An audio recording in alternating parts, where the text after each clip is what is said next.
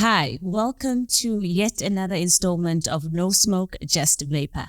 I'm your host, Asanda Goi.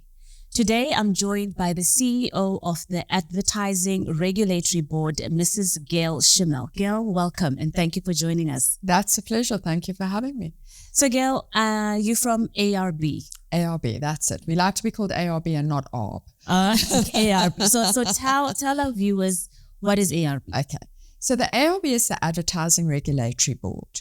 We are a self-regulatory organization that looks at the content of advertising. There are two important things in that sentence. The first thing is self-regulatory. Okay. So we are not a government organization. We are not powered by statute, although we do have a little bit of statutory recognition. But our members come together, and VPASA is one of our members, come together and agree on codes of advertising that we then enforce.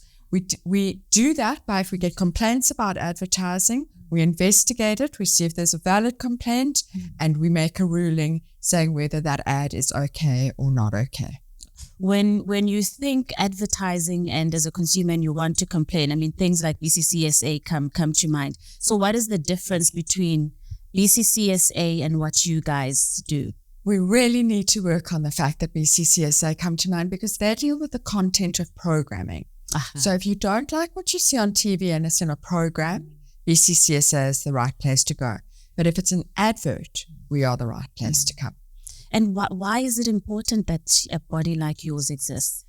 Well, there are quite a lot of reasons. That's quite a complicated question. But the main reason is that for marketers, for brands, you want that when you make a claim about a brand, that it lands in an audience willing to hear it, willing to believe it. And I always use the example, when we were told that load shedding would end, did any of us believe it?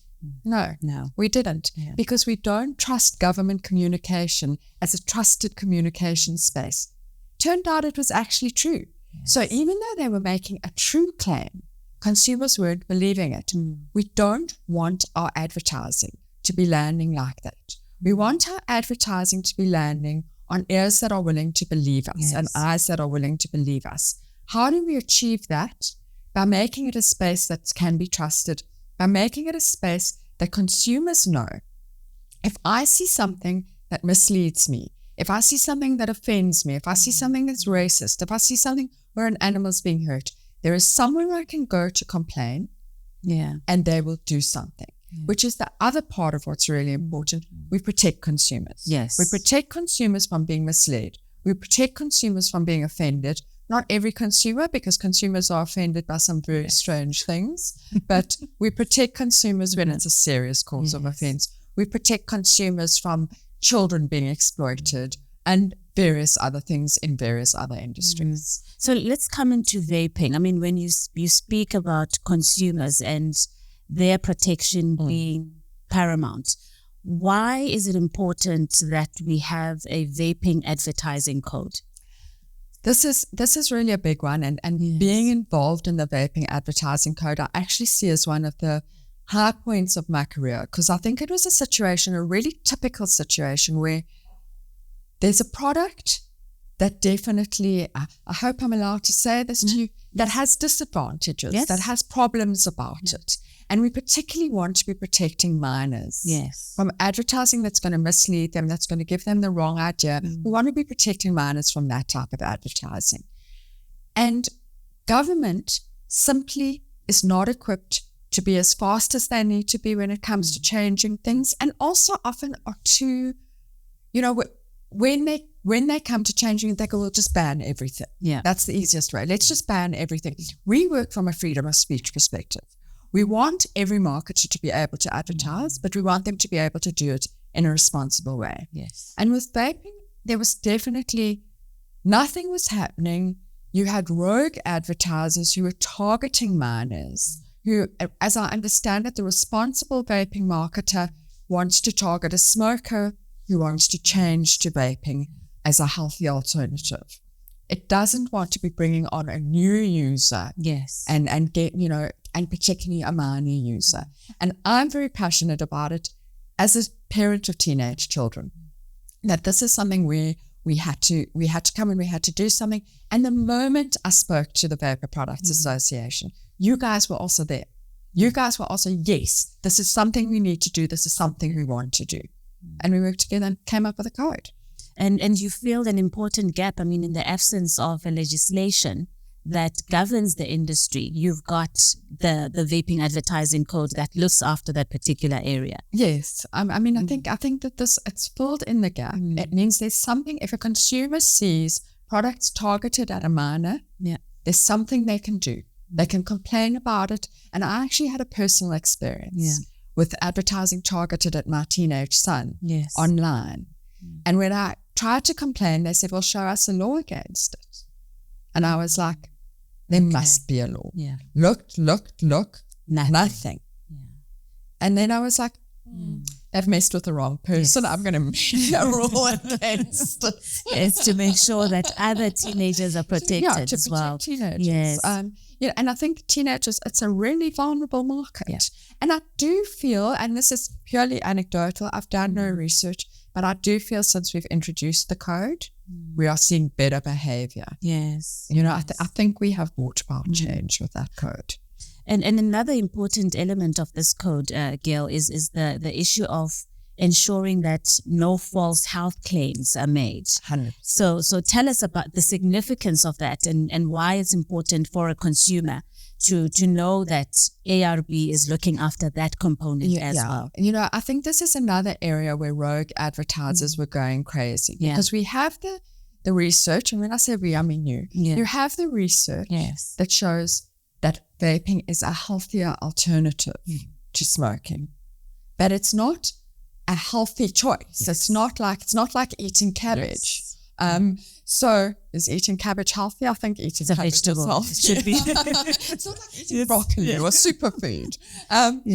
And so we've got to draw that line. We've got to enable that the marketer is able to tell the consumer what's good about the product without giving the idea that this is broccoli.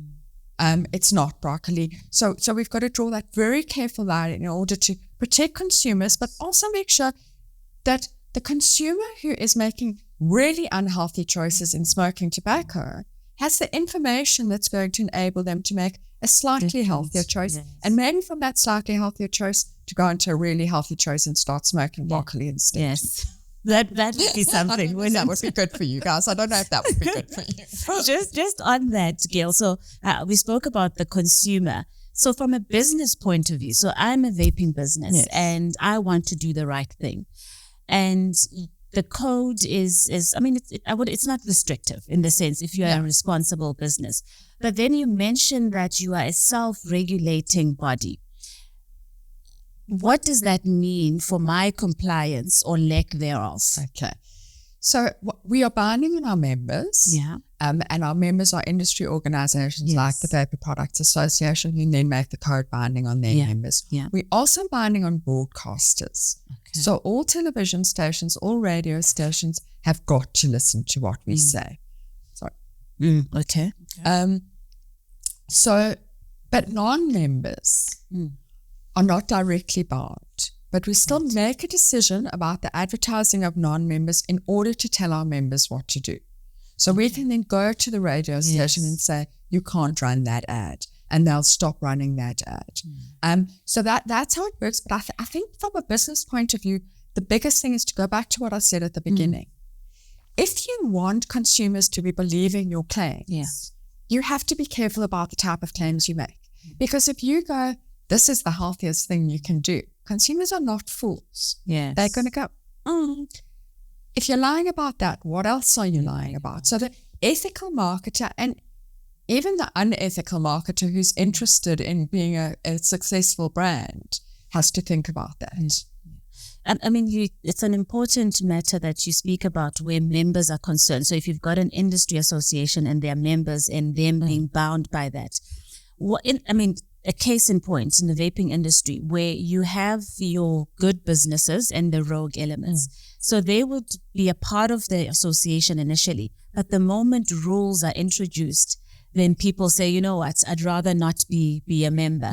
But from a business that is future focused, what would you say is the advantage, of really making sure that you just do the right thing? Well, I think that it goes back to your claims will land on ears that are willing to hear them, but also, and particularly in this industry, you don't want harsh government regulation. Yes. So you keep to the self-regulatory rules, and then you will be protected from government going, there's a real problem in this industry. We need to step in. And what will government do? They'll ban it. Yeah. Because that's what government does when they don't know what to do with a thing. We see it in the alcohol industry as well, where it's a constant battle between self-regulation and government intervention, and a constant battle to prove self-regulation is stepping up, doing enough to protect consumers from something that's a problem.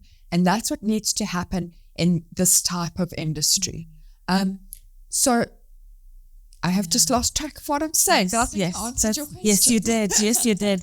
So as a consumer, I see an advert on the most popular thing right now is TikTok, Yes. And I think, okay, this thing is inappropriate. One, it's directly targeting young people. What do I do? Okay. TikTok is a difficult example for us, but the first, you lodge a complaint with us. Okay. You do that by going to our website. Okay. Should I give you our website? www.arb.org.za. There's a complaint form there, and you lodge a complaint with us. Okay. We will then investigate. We will look, firstly, we will assess it. Is there something in our code that the consumer is raising a concern about? If they go, I don't like that vapor products can advertise.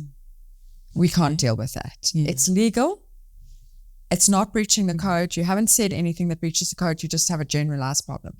But if you say, this is targeting children because they're giving away free teddy bears, then we'll be, okay, that's a problem, and we'll investigate. Yeah. We will give the marketer a chance to respond, and we will issue a ruling. TikTok is a hard one because we don't have the means to pull a TikTok video.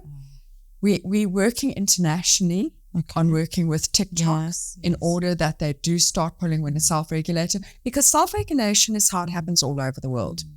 This isn't like a crazy South African idea. All over the world, advertising is dealt with by self-regulators, and we're trying on an international level to get more cooperation from TikTok. We've just had yesterday a meeting with Meta on how can we get our decisions to them quickly that they will take down based on our decisions. And we actually now have a special portal with Meta that we can get their posts taken down if there's a problem with them.